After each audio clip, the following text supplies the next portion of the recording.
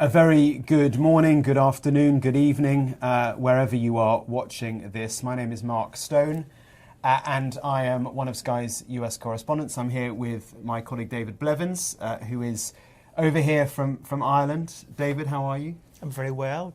Good to be here. It's such an exciting time. It is. Thank you for joining us. Look, this is the first of what we hope will be a few live Q&As. We've been taking questions over the course of the past few days, collating them. We can take more questions live. You can scan the QR code, which I'm hoping you can see wherever you're watching, and submit your questions via there. We're going to try and delve into the next 4 years. It's going to be a ride. I've been in the US for the past 3 years as US correspondent. I was in the Middle East, China, Brussels before that. And I do think that the geopolitics is going to play a pretty significant part over the next 4 years, Trump 2.0. But domestically, I think America is going to be moulded a bit differently from perhaps it has been in the past. Donald Trump has many plans, and we're going to try and get into some of that geopolitics, some of the domestic agenda as well. And where should we kick off, David? We have a great question from Dylan Wright, who's asking, will Trump really invade Greenland, the Panama Canal, or Canada? My instant response is, well, never say never. Well, that's why it focused minds. I mean, this, incidentally, if you haven't been paying attention, and I assume most people have, is that Donald Trump said at an impromptu news conference in Mar-a-Lago, 10 days or so ago, that effectively he wouldn't rule out using military force, and he would certainly use economic force to try and somehow take control of Greenland, of the Panama Canal. Panama Canal, of course, owned by Panama, operated in part by China, I believe. Greenland is a dependency of Denmark, an American ally. And Canada, what did he say about Canada? 51st state. Yes. And of course he feels emboldened to an extent that he never has before because of the extent of his victory, and emboldened, I suppose, Mark, by the Republican trifecta. The fact he's won the White House and both houses of Congress. He's not by any means, of course, the first US president to do that. In fact, Clinton, Obama, Joe Biden all did that. But Trump does have the edge in terms of this sense of power because he appointed 6 of the 9 judges to the Supreme Court as well. So we've got this disruptor surrounded by disruptors, and he drives a hard bargain. He's not a diplomat. Drives a hard bargain, and the real estate tycoon that he once was. You go in to a negotiation with something mad and crazy at the beginning, and I think the idea of invading those 3 places using military force. Okay, I'll go on the record now. I say I think it's for the birds. He's not going to do it. But I may be proved wrong. I hope not. I doubt it. What I do think, though, let's take Greenland, for example, briefly. I think you talk to Greenlanders, and I think the leader of Greenland was on Fox News yesterday, saying they don't want to be Danish. They want to be Greenlanders. They don't want to be American. They don't want to be Danish. They'd like to be their own people. They're not at the moment. So I think you can see the contours, maybe, of a negotiation. There is an election in Greenland in the spring. You can see the contours of a negotiation where perhaps they could become independent. America could then have a greater role as maybe a benefactor in Greenland. There's a lot of natural resources there. Trump would like to get his hands on that. And in return, maybe he could put more military bases in Greenland because geopolitically, with the Arctic being the sort of new frontier, Russia so much interest there, you could see that perhaps strategically for America, that could be good. But Greenland becoming the 51st, 52nd state, I doubt it. So you're suggesting that his threat to take Greenland, even by use of military or economic coercion, could be used by them as leverage in terms of their own internal politics? Maybe, yeah. I mean, I think it'll be really interesting to see how it pans out. But Greenlanders who have been, I think the world's media have been descending on Greenland over the past few days to try and get their view. People are quite offended by this idea that he just wants to take Greenland. He's not going to do that, I don't think. But I do think we could see more American influence in Greenland over the course of the years ahead. In that press conference from Mar-a-Lago 10 days ago, he also talked, of course, about NATO, suggesting that members should increase their contribution to their defence spending to 5% of their GDP. Nathan is asking, is NATO under threat? Again, going back to this idea of at the beginning of a negotiation, going in with a demand that might end up being, crazy. At 5%, I don't think genuinely Donald Trump is expecting other NATO countries to spend 5% of its GDP on defence. America doesn't even do that. But what he's doing is going in with a high bid and hoping that people will reach up to that. He's repeating, continuing what he said in his first presidency, that America shouldn't be doing all the heavy lifting, that other countries, other NATO countries need to look after their own. They need to spend much, much more. And it is absolutely true to say that you can credit Donald Trump with, in part, it was partly to do with Russia's invasion of Ukraine. That spooked Europeans, and I think they realised without Donald Trump's intervention that they needed to spend more on defence. But in part, it is the fact that countries across the NATO alliance are spending a little more is because in his first presidency, Donald Trump said, you need to spend more. Is NATO under threat? Possibly. Is NATO under pressure? Definitely.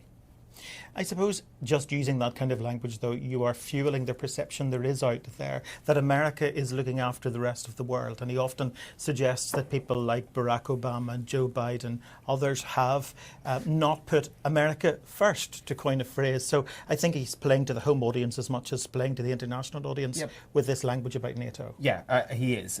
Because, I remember going around the country before the election talking to people. They didn't really understand why America was doing all the heavy lifting, why America was always the policeman of the world. And so I think in part that's why they decided to go for Trump, because he is going to put pressure on other European countries. And we're seeing already, he's not even president yet, and we're seeing the results of that. The fact that Keir Starmer told Beth Rigby, yesterday, that Britain is willing to be part of a peacekeeping force. He effectively said that, part of a peacekeeping force alongside France in any peace negotiation that comes up in Ukraine. For Donald Trump, that is thumbs up, because you can bet your bottom dollar that there won't be any Americans, there won't be a sort of an American division as part of the peacekeeping force in Ukraine, because he doesn't want to send them there.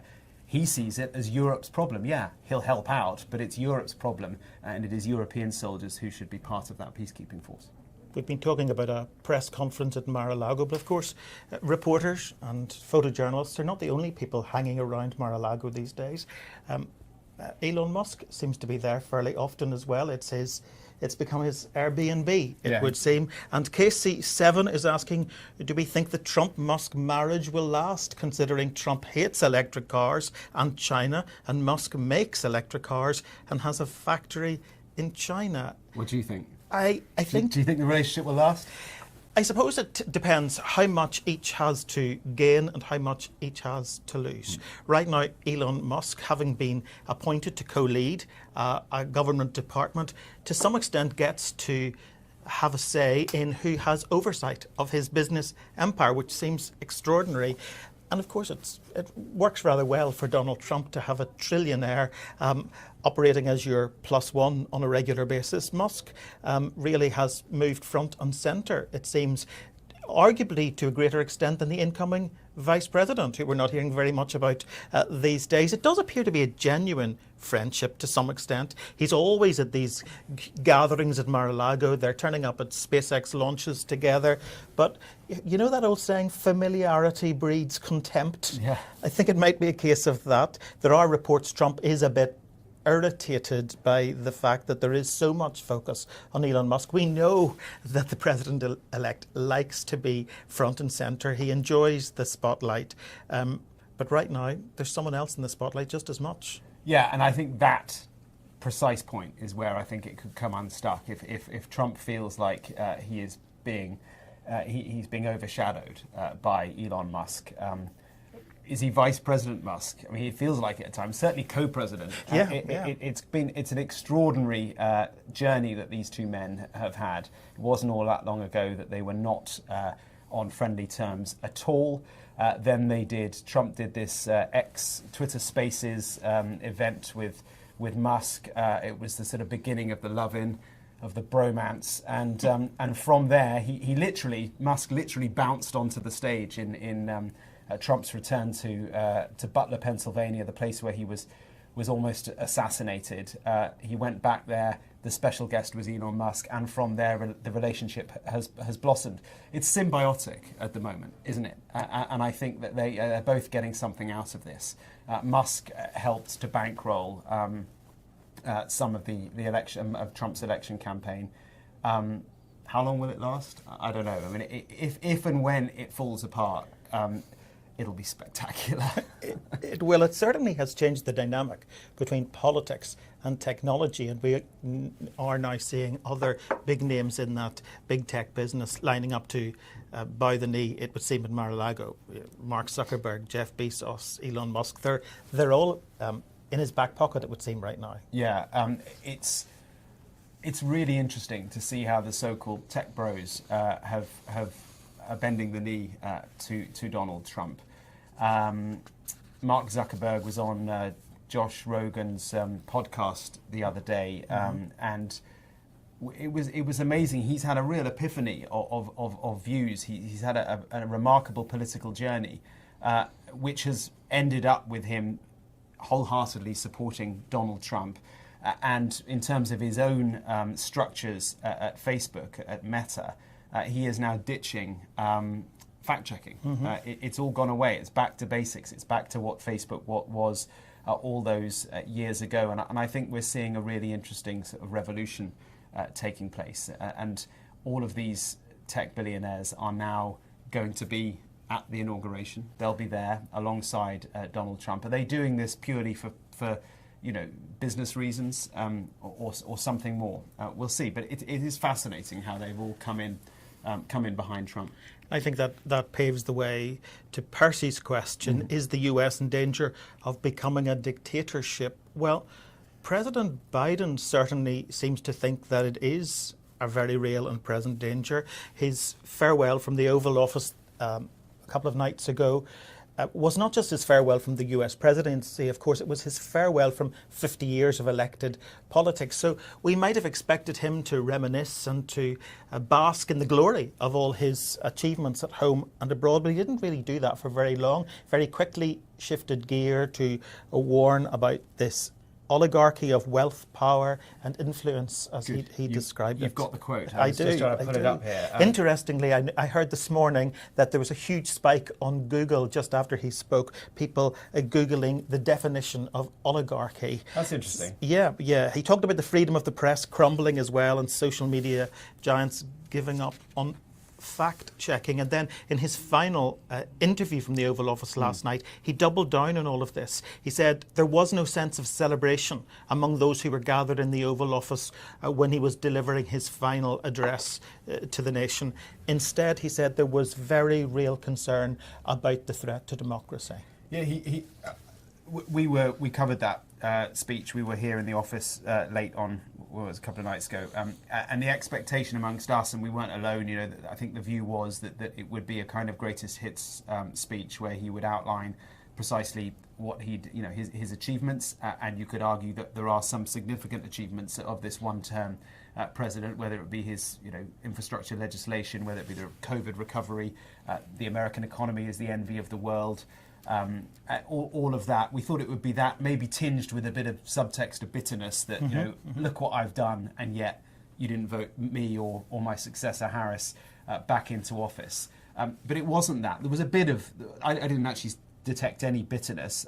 There was a bit of like, I've done this, this and this, but the majority of the speech was not, to go back to Percy's question, not about a dictatorship, but about an oligarchy. And he didn't reference Elon Musk by name, but he did say that today an oligarchy is taking shape in America, extreme wealth, power, influence that literally threatens our entire democracy, our basic rights and our freedoms, and a fair shot for everyone to get ahead. He thinks it is distinctly unhealthy that Donald Trump is surrounding himself with the likes of Elon Musk. I think there are 13 billionaires serving in Donald Trump's administration, chosen Trump would say, because of their success. If you're to take Elon Musk, Trump would say, Elon Musk is an incredibly impressive and successful guy. In a sense, he is a product of the American dream, an immigrant to America, a brilliant entrepreneur who has made it to the top. Why wouldn't you have someone like that in your government and to celebrate American brilliance? Well, Biden says because it's unchecked power, and that Musk is in fact a sort of agent of unchecked power. So is the US in danger of becoming a dictatorship? Biden thinks so, but then maybe he would think that. If you're just joining us, you're watching a live Q&A with myself, Mark Stone, I'm the US correspondent here. David Blevins is a regular visitor to Washington. You've been coming here for many, many years, haven't you? And I guess it's a good point to ask you what you think. I mean, it feels a bit different. You've covered many elections, maybe many presidential transfers, I guess, either watching them from afar or being here. This one feels different. It certainly feels different than 4 years ago, because this time I think we've learned, because of the scale of the victory, to take what Donald Trump says at face value. We don't have very much option anymore. In the past, it was easier to dismiss him as shooting from the hip, so to speak. This time I think we have to take him seriously, because he has the extent of the trifecta behind him, the fact that he has so much of the Republican Party rowing in behind him, and that, I suppose, in the minds of many people makes him a very, very dangerous figure.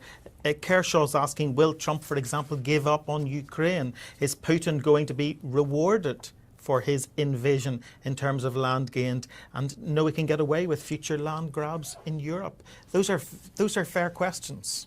They are. Trump always said has said repeatedly that he would solve the Ukraine conflict very quickly, stop the killing. It was his phrase, which is, it's an admirable thing to want to do. The question is, how do you do it? And to what extent does a settlement in Ukraine reward Vladimir Putin for having invaded? And to what extent does it give him some of the land that is in fact Ukrainian? J.D. Vance, the vice president-elect, said, I think he's given kind of the clearest idea of what the contours of Trump's plan would be. And he said a few months ago, what it will probably look like is the current line of demarcation between Russia and Ukraine that becomes like a demilitarized zone. So what he's effectively saying is that you would take the front line of fighting, where it is at the point at which the settlement comes in, you would demilitarize that. There'd be a buffer zone into which you would have a peacekeeping force. Who would they be? Maybe Brits and Americans, probably not Brits and French, probably not Americans. And then the land to the east of that, which is Ukrainian land, would actually become Russian, and the rest of the country would remain Ukrainian, and Crimea would certainly end up being Russian. So that's highly controversial. What I think it does in the short term, over the course of 4 years, it would allow Donald Trump to say, look, I stopped the war. I've created peace in Ukraine, peace on the continent of Europe. So short-term gain for Trump, that's what he's all about, deals, short-term gains. Longer term, what does that mean for Putin? What message does it send to Putin, who, don't forget, may well be in office long after Trump's left? It sends a message to Putin, arguably, that it's okay to invade another country because you'll get a bit of it, and he may well then think to push west long after Trump has gone. And of course, what message does it send to Xi Jinping in China vis-a-vis Taiwan? We have a question from Rhodes in Ireland. We've got a boss called Rhodes. I don't think it's him, but it's come from Ireland. It's come from Ireland, so I suppose I should try to answer this one, Mark. Go on then. What, if anything, will we learn about the Trump presidency on Inauguration Day? Well, I suppose we will learn the extent to which we need to take his campaign commitments at face value. On the first day of his first term, he signed just one single executive order. This time I think we're in danger of losing count. It's a very long list. The largest mass deportation in US history, a pardon for those convicted in relation to the raid on the US Capitol on January 6th, ending Russia's war with Ukraine within 24 hours, as we've been discussing, imposing hefty tariffs on Canada and Mexico, two of the US's closest trading partners, I suppose, ending the right for everyone born in America to citizenship. It's difficult to predict the ramifications of if he even carries out a quarter of that. Yeah, and what will he do with TikTok? Let's break some news here on this Q&A because while we have been talking, the Supreme Court of the United States has upheld a ban on TikTok. TikTok, social media site, controversial in America because it is owned and operated by China, and so there are concerns over how China could get access to Americans' personal information, but more broadly, how TikTok could influence people in America by tweaking the algorithms, making sure that people see stuff that might not be in America's strategic interest, and sort of shifting the narrative through the prism of TikTok. Now, the Supreme Court has upheld the ban, but what does that mean for Trump? Well, it's interesting because Trump had asked the Supreme Court to delay that decision until after inauguration on Monday, so they have chosen to ignore that. There's also been reports that he is threatening to sign an executive order to halt the ban for 90 days because he wants to try and achieve what he describes as a political solution to this problem. I'm not sure, you will be able to tell us perhaps, does he have the ability to overrule the Supreme Court in terms of an executive order? You got me there. I don't know the answer to that. It seems doubtful to me that he would have the power to overrule the Supreme Court. Maybe one of the brains behind us can message us, not on TikTok, but on WhatsApp. But he's also, of course, invited the chief executive of TikTok to attend the inauguration. Yeah, exactly. So awkward is the word that comes to mind. As always with Donald Trump, he has had a journey, and he used to think that TikTok was not so great because it was China, and now he thinks it is quite good because it turns out he's got a lot of followers on TikTok. TikTok helped him maybe to win the election. But going back to this idea of what we will expect, or what ideas we'll get on day one, inauguration day, about his presidency. I remember having lunch with a Trump advisor many months ago now, before the election, before Biden even stepped down. It was at a time when Trump's victory was not seen as being as likely as it later turned out to be. And that advisor said to me, he said, watch this space. On day one, not even on day one, on hour one, on the balcony of the Capitol building, just after the inauguration, he will have a pile of executive orders. And in a theatrical way, he will sign them with that Sharpie pen, one by one, bang, bang, bang. I'm going to do this, and this. We'll see whether that actually happens, but I do think that in the first day or so, and Stephen Miller, one of his senior advisors, is excited about the number of executive orders that he will put in place to transform America. And executive orders are, they're effectively a presidential order. They can be overturned by Congress, but that requires a majority to overturn them. And as you've been pointing out, he has a full house on Capitol Hill, so it's unlikely that they would necessarily overturn his executive orders. That's the world we're in now. You were telling me just yesterday that Steve Bannon, his former chief strategist, was suggesting it wouldn't be shock and awe, but days of thunder, and in his words, terribly, terribly intense. So Steve Bannon was in the last White House. He's since spent time in jail. He's out now, and he's not in the new White House, but he's still close to Trump, and he is still part of the conversation. And he was asked the other day whether it would be shock and awe in terms of the first few days, and he said, "We're not talking about shock and awe. We're talking about days of thunder." But as Neil Patterson, the host of our podcast, The Daily, pointed out to me just now when we were recording. Neil said, well, there were a few car crashes in the film Days of Thunder. So we'll see how that goes. But Days of Thunder sounds it's going to be a ride. It's going to be a wild ride. And what about the relationship with the UK? We've had a question from Jeff. Will Trump and Starmer get on well together? It's been a bumpy start, to say the least. Politicians are pragmatists. I think Donald Trump certainly is. And so I think they will have to get on. They will make sure they get on. The special relationship, as we so often talk about it, between Britain and America, kind of formed during the Second World War with Churchill, It's deep, but the custodian of that special relationship is Britain's ambassador to the United States. That person very soon will be Lord Mandelson, Peter Mandelson, and he has got one heck of a job because it is a tricky relationship. Politically, Trump and Starmer are not aligned at all, but they need to get on because the relationship is all important. And I was struck watching Keir Starmer talking to Beth Rigby yesterday, just how carefully he was choosing his words. Beth did a great job at trying to she asked him, go and have a look at it on the website, she asked him what he thought Trump's greatest strength was. I think he said resilience, the ability to come back. And then, of course, that prompted the second question, what's his greatest weakness?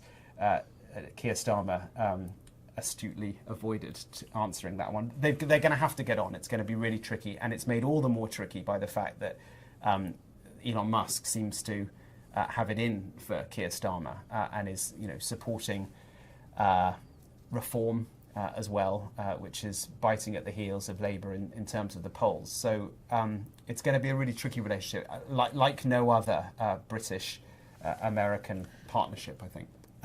And one thing that's often forgotten, I think, is that Lord Mandelson does have some experience of walking a tightrope. He came back from the political wilderness to become Northern Ireland Secretary just after the Good Friday Agreement. I've forgotten about that. So do you know him? I do. He followed the late Mo Mowlam in that role. So, of course, it was a critical period, implementing a very delicate negotiation and the outcome of that negotiation in a deeply polarised place, including the day when the Irish government, the Republic of Ireland, ended its constitutional claim to Northern Ireland. So he has actually achieved quite a lot in that kind of polarised environment, and he'll have to, I think, draw on some of that when he arrives in the United States. Do you see him as he can do it?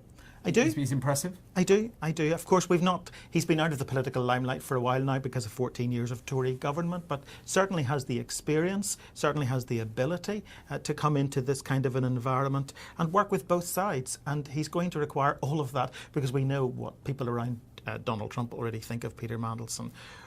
We've got a great question here we don't want to lose. It's come from anonymously. Is Trump allowed to actually change the name of the Gulf of Mexico? Something else he talked about in that crazy press conference a few weeks ago. As with so much with Trump, we're kind of learning on the job as well. And just a few moments ago before we started this, I saw that question. I said to David, I don't know, can he do it or not? I mean, and we've looked it up. Yeah. So you don't have to. Absolutely. And the answer we've done our homework. You can play to your own audience. Yeah. Whether or not the audience beyond your own listen is another thing altogether, is the way to answer the question.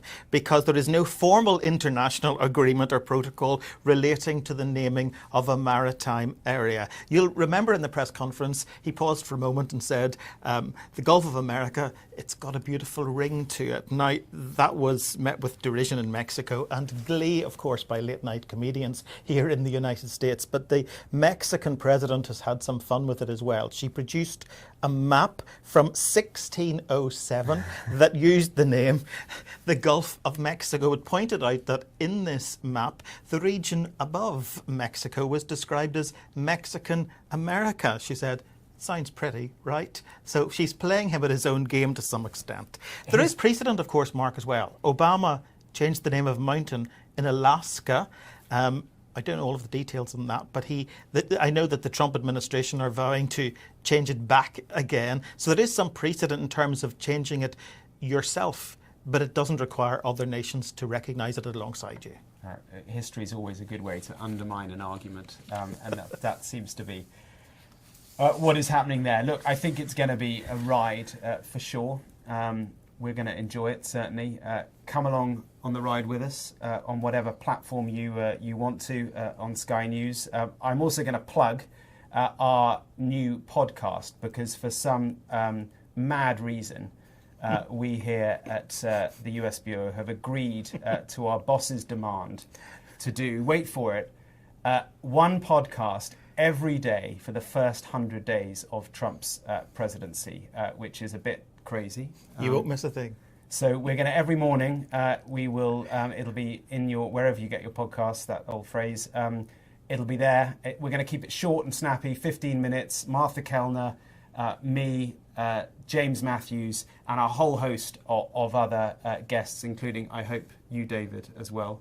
We're going to rope you in. When you're really stuck. Yeah, no, not at all. But look, thank you very, very much for watching. We will see you next time. Cheerio. Bye-bye.